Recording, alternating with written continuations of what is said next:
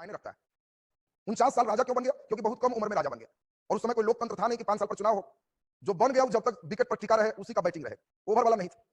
तो ये तो समझिए कि इसका दुरुपयोग कि 14 साल में राजा बना और 49 साल राजा रहा, तो सोचो कितना कम उम्र में मर गया। 4 1 5 1 6 63 साल में ही मर गया जल्दी। नहीं तो अगर ये 90 वाला ठेका था तो एक रिकॉर्ड बनाता कि इतना लंबा शासन किसी ने किया ही नहीं। ये तो भाग्य बनाइए कि 63 में ही पार लगे तो 49 पे रहे। नहीं तो औरंगजेब का देखोगे वो 80 90 तक एकदम पूरा फिट रहे, और इसलिए औरंगजेब भी 49 साल शासन किया। मुगल वंश में दो ऐसे हैं जो एकदम 50 में 1 रन पहले विकेट आउट हुए, 49 अकबर और औरंगजेब दोनों। तो 49 वर्षों का शासन है 1556 से 1605 तक। अब इसको बढ़िया से एक बार हमारे साथ समझिए। अकबर का जन्म 1542 में, अभी हमने समझाया था, सिंध में अमरकोट के राजा विरसाल के घर पर हुआ। ये अकबर के पिता हिमायू है और माता कौन है? हमीदा बानो बेगम। ये भी एगो हिम्मत की बात है, जिस समय राजपाट छिना गया उस समय विवाह किए। हुमायूं हार गया है और हार करके कन्नौज के युद्ध के बाद भाग रहा है, तो रास्ता में देखा कि अब पार्ट टाइम, अब शादी विवाह का टाइम हो गया। तो सोचिए यहाँ भागते समय लोग तो क्या सोचेगा, अब क्या करें, अब तो हम राजा नहीं।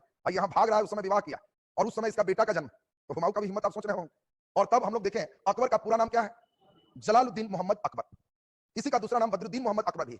क्योंकि अकबर का जन्म पूर्णिमा को हुआ था। अब बदरुद्दीन में होता है पूर्ण चांद, तो आपको ध्यान रखना अकबर का जन्म पूर्णिमा के दिन हुआ है, इसलिए पूर्ण चांद से बदरुद्दीन मोहम्मद अकबर भी कहीं कहीं मिलता है। जलालुद्दीन मोहम्मद अकबर भी आपको मेन नाम ज्यादा मिलेगा। अब सबसे इंपॉर्टेंट इसका राज्याभिषेक, अभी कहानी आपको सुना चुके थे। 14 फरवरी दो जगह इंपॉर्टेंट। 14 फरवरी वैलेंटाइन डे है, ये आपको वैसे ही याद रहता है। और बाबर का जन्म वैलेंटाइन डे में और अकबर का राज्याभिषेक वैलेंटाइन डे में, ये भी बात ध्यान रखना। तो जब कोई कहे 14 फरवरी तो कहना कि हम समझ रहे हैं कि बाबर का बर्थडे है और अकबर का राज्याभिषेक की तिथि। तो ये अकबर 14 फरवरी 1556, अभी आपको समझाए थे कि ईटा के राज्याभिषेक कुर्सी पर हुआ। पंजाब में ही कलानौर में बैरम खां के द्वारा इसका राज्याभिषेक करवा दिया। तो ये पूछा जाएगा कि बताओ अकबर का राज्याभिषेक कहां हुआ? कलानौर में। कलानौर कहां है? पंजाब में। क्यों पंजाब में हुआ? क्योंकि अकबर उसी क्षेत्र में था और मरने के तत्काल बाद अव्यवस्था न हो, इसके लिए उधर ही उसने राज्याभिषेक कर लिया। अब यहाँ पे अकबर के राजा बनने के बाद अभी हमने आपको बताया कि भयंकर लड़ाई होगी, पानीपत का द्वितीय युद्ध। इस युद्ध में हमने बताया कि आदिल शाह का सेनापति है कौन? हेमू। हेमू दिल्ली तक कब्जा कर चुका है और अब यही पानीपत में हरियाणा में अब लड़ाई होगी 5 नवंबर 1556। कभी कभी डेट में पूछता है कि पानीपत का द्वितीय युद्ध कब हुआ? 5 नवंबर 1556। बोलो पानीपत का प्रथम युद्ध कब हुआ? 21 अप्रैल 1526। दोनों डेट एकदम ठीक चाहिए। पानीपत का प्रथम युद्ध बोलेंगे तो 21 अप्रैल 1526 और पानीपत का द्वितीय युद्ध बोलेंगे तो 5 नवंबर 1556। और इस युद्ध में हम लोग देखें कि आदिल शाह के वजीर हैं हेमू और इस साइड में है अकबर, इसका संरक्षक है बैरम खां। लड़ाई शुरू हुई लेकिन पहले से तय था कि हेमू जीतेगा, क्योंकि हेमू वीर योद्धा था। लेकिन बैरम खां की कूटनीति से एक तो उसका तो खाना चला, फिर भी लड़ाई में हेमू लगातार जीत रहा था। सभी मुगल की सेनाएं एकदम निराश हो गए थे कि अब हम लोग की हार पक्की। ऐसे कभी कभी मैच में आप एकदम निराश हो जाते हो कि इंडिया हार गया, हो सकता है कई लड़के एकदम दुखी होकर टीवी भी बंद कर देता है और सुबह सुनता है कि जीत गया तो बड़ा अफसोस लगता है कि कैसे जीत गया। तो हुआ कि अंतिम में 4 बॉल में खाली छक्के मारा चारों। कभी कभी कहानी सुनते वही कहानी यहाँ एकदम मुगल सेना हारने वाली थी, लेकिन उसी बीच अचानक कहीं से एक तीर आया और हेमू की आंख में लग गया।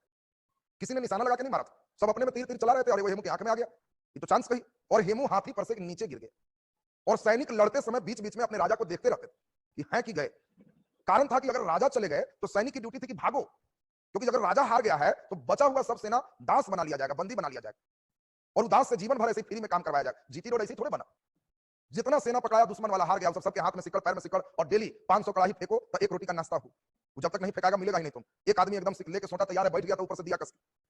तो सब बीच में ही जानते थे कि अगर राजा गिर गया तो भागने में भलाई, और वही लड़ाई का टर्निंग है। सब चेक किया तो देखा कि हेमू तो गिर गए तो 5 को भी भागेगा तो सब भागेगा। क्या हुआ तो गए तो सब चल दिया। अचानक हेमू के सेना में भगदड़ मच गई और इस भगदड़ का लाभ उठाया बैरम खां। हेमू जो नीचे गिरा था आंख में तीर लगने से, उसने हेमू को पकड़ लिया और अकबर को तलवार देकर कहा कि हेमू का सिर कलम कीजिए। तब आपको लोग कहेगा कि हाँ ये भी वीर योद्धा है। और अकबर ने हेमू का सिर कलम किया और पानीपत के द्वितीय युद्ध में अकबर की जीत हो गई। और इस प्रकार से उत्तर भारत में अकबर का इस साइड के हिस्सा में अब चैलेंज देने वाला कोई नहीं है। इधर अब सब शांत। जब हेमू हार गया तब कौन बचा? और इसीलिए हम लोग देखे विक्रमादित्य की उपाधि लेने वाला अंतिम राजा है, दिल्ली पर अधिकार करने वाला अंतिम हिंदू राजा हेमू। अब अकबर की बात हम लोग जरा ध्यान से सुनते जाएं। अकबर की अब 2-3 बात बहुत महत्वपूर्ण है। 1556 में हम लोग देखे किसी प्रकार भाग्य से बच गया, लेकिन अकबर को अपने पिता की बात याद थी। हुमायूं बार बार अकबर को समझाता था कि देखो बेटा, अगर इंडिया में राज करना है तो राजपूतों से मिल के रहना। वही लोग मेन टेंशन देता है, क्योंकि तो बेचारा 15 साल के लिए भागा हुआ है तो सब दुख समझ रहा है। तो इसीलिए अकबर को पहले से समझाए हुए थे कि अगर ये मिल के रहेगा तो तुमको कोई कुछ नहीं करेगा, वहां बाकी कोई टेंशन नहीं, लेकिन वो मिल के नहीं रहेगा तो तुमको बहुत टेंशन देगा। तो अकबर इसीलिए सुलह कुल एकदम मिला जुला वाला नीति है, बड़ा आसान नीति इसकी रहेगी। अकबर अब बच्चा है अभी, इसके मेन संरक्षक कौन है? बैरम खां। और 1556 से लेकर 1560 तक मेन नियंत्रण बैरम खां का ही चलता है। यानी अकबर अब 14 साल का हेड बना है, 18 साल का हो चुका। उस समय बैरम खां से अब उल्टी पुल्टी होनी शुरू हो गई।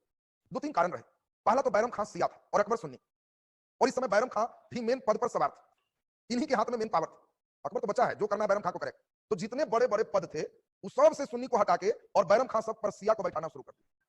और बैरम खां की जब ज्यादा चलती हुई तो अकबर के पालन पोषण करने वाली जो मां थी उसको दहाई मां कहते हैं, इसका नाम था माहम अनगा। माहम अनगा को मेन है अकबर का पालन पोषण यही की, हमीदा बानो बेगम ने ही की। और इसीलिए माहम अनगा मेन पालन पोषण जब की तो अकबर इसकी बात भी मानता था। और माहम अनगा को लगा कि मेरा मेन कंपटीटर बैरम खां, तो माहम अनगा भी अकबर का डेली कान भरे कि बेटा तुम बड़ा हो गया, राजा तुम है और तू बदलता है पोस्ती, अच्छा नहीं है, तुम अपना मेन बनाओ। कई बार अकबर को धीरे धीरे माँ इधर से चार्ज कर दे तो अकबर बीच बीच में बैरम खां को पूछे कि राजा हम है कि आप? कहा जी हुजूर आप। तो ठीक है, तब निर्णय हम लेंगे कि तुम लेगा, तो नहीं आप लीजिएगा, तो तुम कैसे बना दिया? बैरम खां चुप है, अभी तो बड़ा स्थिति खराब है। और दिक्कत दुविधा क्या थी, सब आगरा में ही रह रहे थे, बैरम खां भी आगरा में है, अकबर भी आगरा में है। और अकबर जान रहा था कि अगर हम टाइट होंगे तो सब सेना में जितना मेन व्यक्ति हो बैरम खां का आदमी, अगर हम टाइट हुए तो बैरम खां हमें को खत्म कर देगा। तो अकबर एक दिन बहाना बनाया, 1560 में जब वो बड़ा हो गया तो उसको लगा कि अब कुछ करना होगा। तो अकबर कहा कि हम शिकार खेलने जा रहे हैं, कुछ सेना लेके और जंगल जा रहे हैं। बैरम खां कहा कि हम भी चलें, तो नहीं आप यहाँ देखिए हम चले शिकार खेल। और शिकार खेलने के बहाने दिल्ली चला गया, भाग गया वहां से, कि आगरा पहले खाली कर। और दिल्ली जाने के बाद वहां से फरमान जारी किया कि वजीर के पद से बैरम खां को हटाया जाता है। और कहा कि दिल्ली में कोई टेंशन नहीं। और दूसरा फरमान जारी किया कि जो जो व्यक्ति मेरा वफादार है दिल्ली आके मिलो, उससे तय होगा किसको कौन पद मिलने जा रहा है, सब पद देश में सोच। तो जो जो मेन मेन आदमी थे किसको पद प्यारा नहीं रहेगा। सब सुना कि आए बैरम खां हटा हटा, तो इसका जितना एंटी है अकबर के पास पूरा सेना लेकर सब पहुंच गए। और अकबर वहां देख देख के तुमको ये पद एकदम पूरा ड्राफ्टिंग कर दिया बढ़िया से। और जब पूरा ड्राफ्टिंग कर दिया तो बैरम खां को लगा कि तो मेरा अपमान है। बैरम खां विद्रोह कर दिया, जितना सेना इधर अपने आदमी थे सेना लेकर तैयार है कि आइए हम ही बचाएं और हम ही हमारी बिल्ली हमले से म्याऊं करना, अब हम समझा देंगे। तो एक लड़ाई का जिक्र है जिसका नाम है तिलवाड़ा का युद्ध, बहुत इंपॉर्टेंट लड़ाई है। इस तिलवाड़ा के युद्ध में एक तरफ से पूरे बैरम खां और उसके सेना और दूसरी तरफ से अकबर, और इस लड़ाई में बैरम खां की हार हुई क्योंकि अकबर से मिलने बहुत सेना लेकर पहुंच चुका। और इसीलिए तिलवाड़ा का युद्ध बहुत इंपॉर्टेंट लड़ाई है। जनरली लड़के को बहुत सुना हुआ लड़ाई और नहीं रहता है परीक्षा पढ़ के जाओगे, पानीपत पढ़ के जाओगे, खानवार वहां आएगा तिलवाड़ा, वहां एकदम ऐसा ऐसा लड़ाई आएगा कि पढ़ के नाम लगेगा कि सब कब हो गया। तो इसीलिए तुमको एकदम पूरे अच्छे लेवल तक का हम चलो। इस तिलवाड़ा की लड़ाई में 1560 में बैरम खां जब लगा कि हम हार गए हैं तो समर्पण कर दिया, हाथ उठा दिया कि हम हार गए, जो करना है करिए। बैरम खां पकड़ा के अकबर के पास आए, तो अकबर तो चूंकि बैरम खां से कृतज्ञ था ही कि हमारा यही सुरक्षा किया, ये नहीं रहता तो नहीं बस।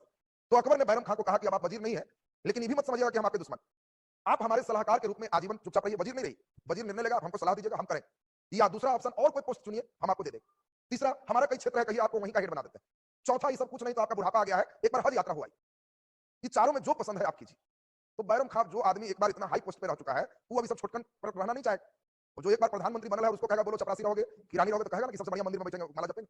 तो जो इतना ऊपर रह चुका है उसको यही सब पूछ रहा है। तो बैरम खां भी कहा कि हम हुजूर कुछ नहीं, हम हज यात्रा पर जाना चाहते हैं। कहा कि तो चले। और हज यात्रा पर जाते समय ही गुजरात में बैरम खां को मुबारक खां नामक एक अफगान है वही हत्या कर, क्योंकि इसका जो पावर था तो ये भी इधर उधर करता था, इसके भी कई दुश्मन थे। और वो दुश्मन लोग ताक में लगे हुए थे और सुने कि इधर से गुजरने वाला है, तो कहा आजा गुजार देते हैं, मौका के तलाश में तो अगला भी तो है। और उसी में बैरम खां मर गया। और अकबर जब सुना कि बैरम खां मर गया तो अकबर को बड़ा दुख हुआ कि हमको ये पिता के समान किया है। तो इसीलिए अकबर पहला काम किया कि बैरम खां के बेटा कहां, तो देखा कि उसका बेटा उसी तरह छोटा है जैसे अकबर छोटा था तो बैरम खां, और उसी बेटा का नाम था अब्दुल रहीम। और अकबर बैरम खां के बेटा अब्दुल रहीम को राजा का बेटा माने अकबर का बेटा जहांगीर जिससे पढ़ता था साथ में पढ़वाया कि ये भी राजा का बेटा है। और अब्दुल रहीम को बहुत अच्छा विजेता गुजरात विद्रोह भी दबाया, उसके कारण उसको खाने खाना की उपाधि मिला। और अब्दुल रहीम खाने खाना ये बैरम खां का बेटा है और एक बहुत बढ़िया कलम चलाने वाला। अब सोचो कि आपको बताए थे तुजुके बाबरी का इसी ने फारसी अनुवाद किया था। तो तुजुके बाबरी का फारसी अनुवाद किया मतलब इतने समझ लो कि तुजुके बाबरी तुर्की में और आप अनुवाद कर रहा है फारसी में, तो तुर्की का भी विद्वान है, फारसी का भी विद्वान, और हिंदी भी इसकी उतनी अच्छी है, उर्दू भी इसकी उतनी ही अच्छी। और इतना बढ़िया प्रवचन लिखे हैं कि कई जगह रहीम के दोहे के नाम से सिलेबस में भी चलता है। और इतना बढ़िया तलवार वर्षों तक राजा रहा। देखिए अकबर का फेज, पहला फेज क्या आपने देखा, बाबर बेचारा 4 साल, हुमायूं का देखा कि आयो राम गयो राम, 15 साल के लिए काम खत्म। लेकिन लगातार 49 साल मायने रखता है। 49 साल राजा क्यों बन गया? क्योंकि बहुत कम उम्र में राजा बन गया। और उस समय कोई लोकतंत्र था नहीं कि 5 साल पर चुनाव हो। जो बन गया जब तक विकेट पर टिका रहे उसी का बैटिंग रहे, ओवर वाला नहीं था। 14 फरवरी दो जगह इंपॉर्टेंट, 14 का प्रथम युद्ध कब हुआ? 21 अप्रैल 1526, दोनों डेट एकदम ठीक चाहिए। पानीपत का प्रथम युद्ध बोलेंगे तो 21 अप्रैल, सब अपने में तीर तीर चला रहे थे और वो हेमू की आंख में आ गया। और पानीपत के द्वितीय युद्ध में अकबर की जीत हो गई। और 2-3 कारण रहे।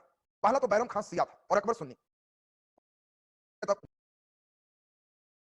हम टाइट होंगे तो सब सेना में जितना मेन व्यक्ति हो बैरम खां का आदमी, अगर हम टाइट हुए तो बैरम खां हमें को खत्म कर देगा।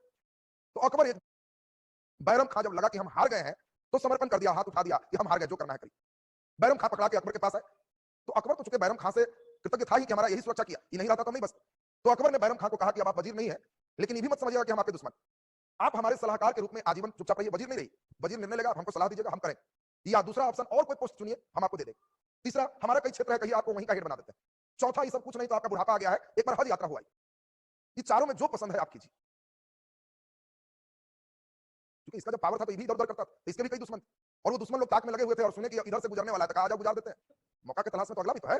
और उसी में बैरम खां मर गया। और अकबर जब सुना कि बैरम खां मर गया तो अकबर को बड़ा दुख हुआ कि हमको ये पिता के समान किया है। तो इसीलिए अकबर पहला काम किया कि बैरम खां के बेटा कहां, तो देखा कि उसका बेटा उसी तरह छोटा है जैसे अकबर छोटा था, तो बैरम खां, और उसी बेटा का नाम था अब्दुल रहीम। और अकबर बैरम खां के बेटा अब्दुल रहीम को राजा का बेटा माने अकबर का बेटा जहांगीर जिससे पढ़ता था साथ में पढ़वाया कि ये भी राजा का बेटा है। और अब्दुल रहीम को बहुत अच्छा विजेता गुजरात विद्रोह भी दबाया, उसके कारण उसको खाने खाना की उपाधि मिला। और अब्दुल रहीम खाने खाना ये बैरम खां का बेटा है और एक बहुत बढ़िया कलम चलाने वाला। और सोचो कि आपको बताए थे तुजुके बाबरी का इसी ने फारसी अनुवाद किया था। तो तुजुके बाबरी का फारसी अनुवाद किया मतलब इतने समझ लो कि तुजुके बाबरी तुर्की में और आप अनुवाद कर रहा है फारसी में, तो ये तुर्की का भी विद्वान है, फारसी का भी विद्वान, और हिंदी भी इसकी उतनी अच्छी है, उर्दू भी इसकी उतनी ही अच्छी है। और इतना बढ़िया प्रवचन लिखे हैं कि कई जगह रहीम के दोहे के नाम से सिलेबस में भी चलता है।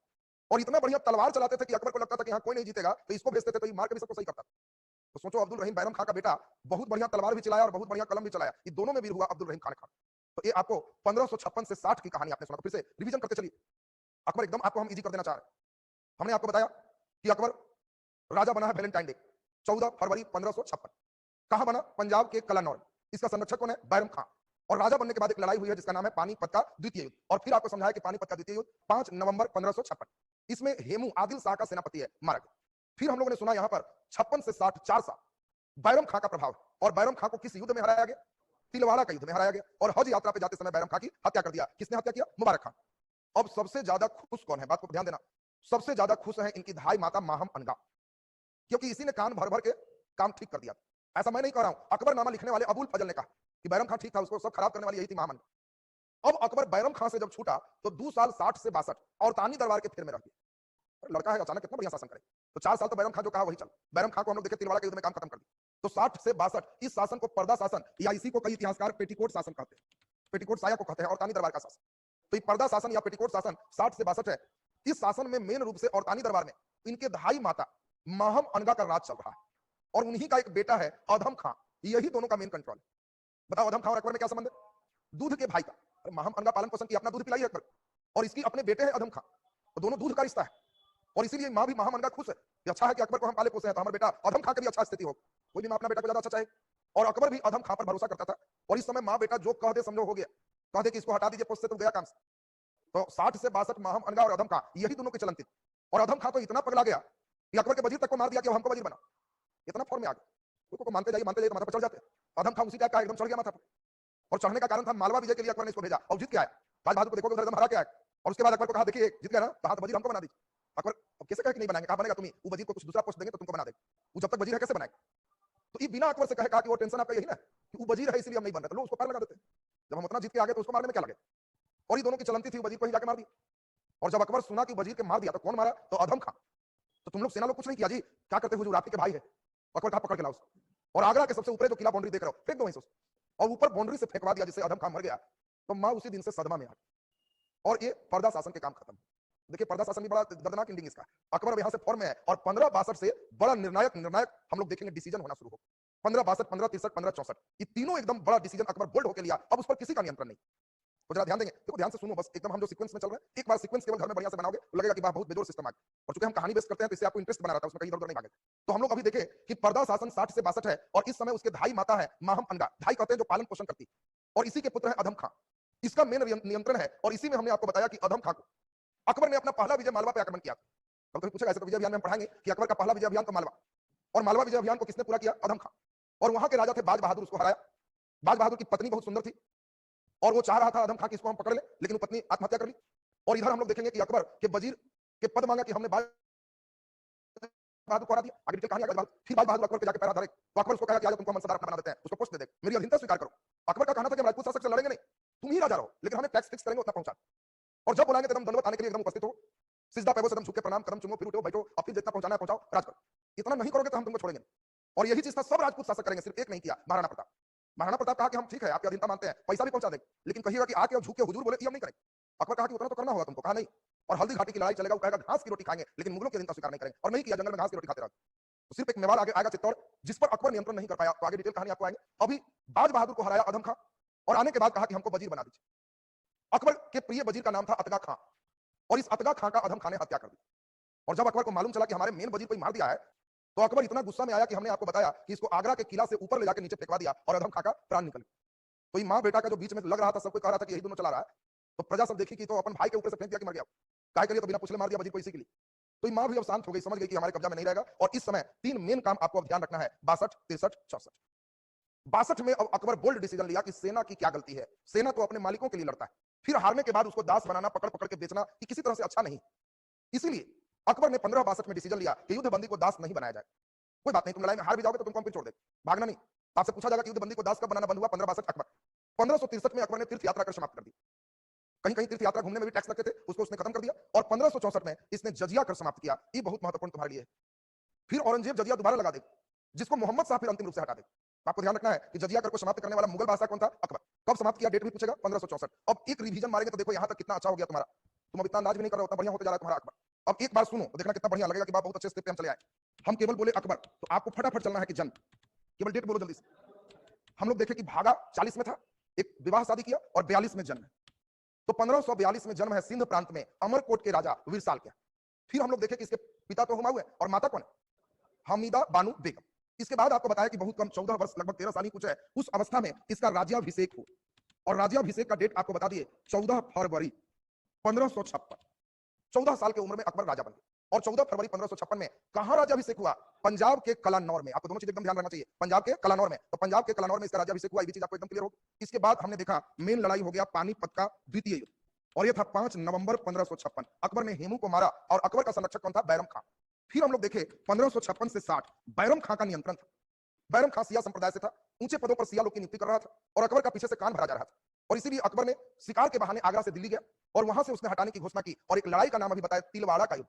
एकदम नाम दिमाग में से रखेगा। तिलवाड़ा के युद्ध में बैरम खां समर्पण कर दिया और हज यात्रा के समय मुबारक खां रास्ता में गुजरात में उसकी हत्या कर दी। बोलो क्लियर सबका? 1500 हम लोग देखे 60 से 62 दो का मेन नियंत्रण रहा। इस शासन को पर्दा शासन कहे। और इस समय इसकी दहाई माता माहम अनगा। और बोलो भाई कौन है? अधम खां। ये दोनों का नियंत्रण है। लेकिन हम लोग देखे अधम खां मालवा के विजय के बाद वजीर का पद चाह रहा था और मेन वजीर को जब मार दिया तो अकबर ने आगरे के किले से फेंकवा दिया अधम खां को, और ये भी खत्म हो गया। और तब हम लोग देखे कि 62 से इसका बोल्ड डिसीजन है, युद्ध बंदियों को दास बनाना बंद, 63 में तीर्थ यात्रा कर लगना बंद, और 64 में जजिया कर समाप्त कर दिया कि जजिया कर हम नहीं लेंगे। बताओ इतनी बातों में कोई दिक्कत है किसी? एकदम फिर चल रहा है। अब यहां से डिटेल चलेगा पूरे विस्तार। तो अब तुम जो देखोगे अकबर बड़ा फेज है, अकबर तुरंत नहीं निकलता है। अब अकबर के फेज आपको लेकिन हम एकदम सिस्टमैटिक किए। विजय अभियान मालवा आपको समझा चुके थे। मालवा के बाद हम लोग देखेंगे थोड़ा सा गुणवाना, जिसको गढ़ कटंगा अभियान का। और तब अकबर एक ही जिद पे आएगा कि मुझे राजपूत राज जितना है, चाहे वो राजस्थान हो, चाहे वो मालवा हो, चाहे गुजरात हो, सब पर कब्जा करना। और मेन राजपूत शासक नामी सब राजस्थान में थे, बढ़िया बढ़िया किला था उनके पास। और इसीलिए राजस्थान में राजपूत शासकों पर कब्जा के लिए इसने 1562 से 70 8 साल अपनी पूरी एनर्जी लगाया, कहीं इधर उधर नहीं जीता। 8 साल फुल एनर्जी लगाया कि हमें राजस्थान पूरा जीत लेना। और 8 साल में तुम देखोगे आमेर से शुरू करते हुए और एकदम लगातार बीकानेर तक सब जीत गए। तब कहा कि राजस्थान हो गया तो गुजरात चलो। 70 के बाद 71 में गुजरात विजय की।